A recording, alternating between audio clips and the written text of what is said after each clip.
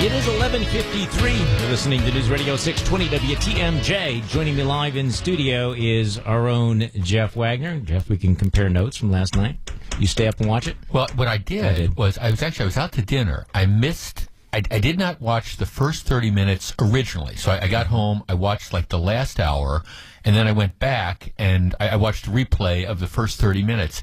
I was stunned by how uneven Trump's performance was. So the last hour, when I just came in the middle of it, I thought he was awful. Yeah. I mean, just unfocused and tired. Now, I went back and I watched the first 30 minutes, and I thought he did well at the beginning, and then just went downhill. I think it was a pretty clear win for Hillary. Yeah, I think that's kind of the consensus that he was prepared for a good half hour.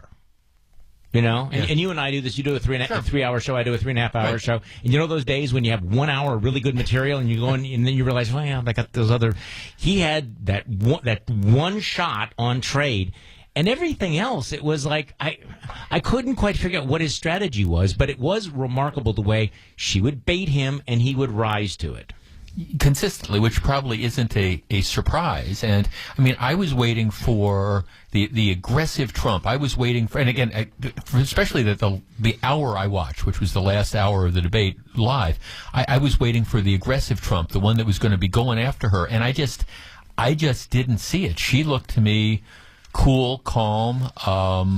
She did not rise to some of the challenges, and I think she. Were you surprised? Were you surprised when he kept interrupting her, and she did not turn on him? You know, and use one of the snap lines. You know, like Mr. Trump. I mean, but that was part of their game plan, that she was going to be, smiling and unflappable. Which is right. I mean, which is the thing. She wasn't going to be baited into stuff, and he sort of looked like the petulant bully in many respects. I was surprised at how bad I thought his performance was. I actually, you really were.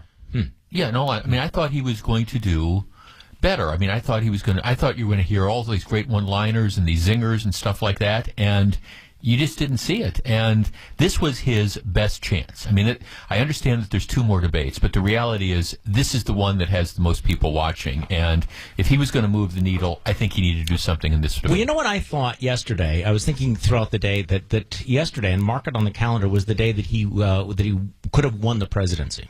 That he had moved into competitive positions in the popular vote and in the swing states and the battleground states.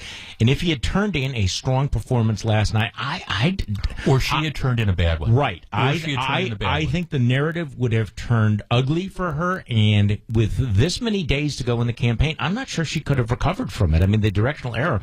So yesterday was the day that Donald Trump could have won the presidency. Now, he still may win the presidency. He's doing a lot better than I had predicted, but when everything is on the line.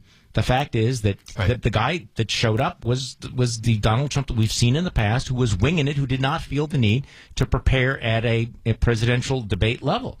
Yeah, and I think Hillary was extremely well coached, and she had more experience in doing this type of thing, but she was able to listen to the better angels of her nature, resist being baited, and appear, I think, presidential. I understand some people aren't going to like to hear me say that, but I mean, I thought there was nothing in her performance. Now, you might disagree with a lot of her policies, but I didn't think there was anything in her performance that would give rise to this belief that she would be unfit to serve as a president because of temperament or because of physical limitations. Well, the health thing. I mean, I sort of have circled around on all of that, but even though it didn't really come up during the debate, I do think that after last night, it's hard to continue the argument that somehow that she's got some serious health problem that would disqualify her from the presidency. I'm not saying she's in perfect health,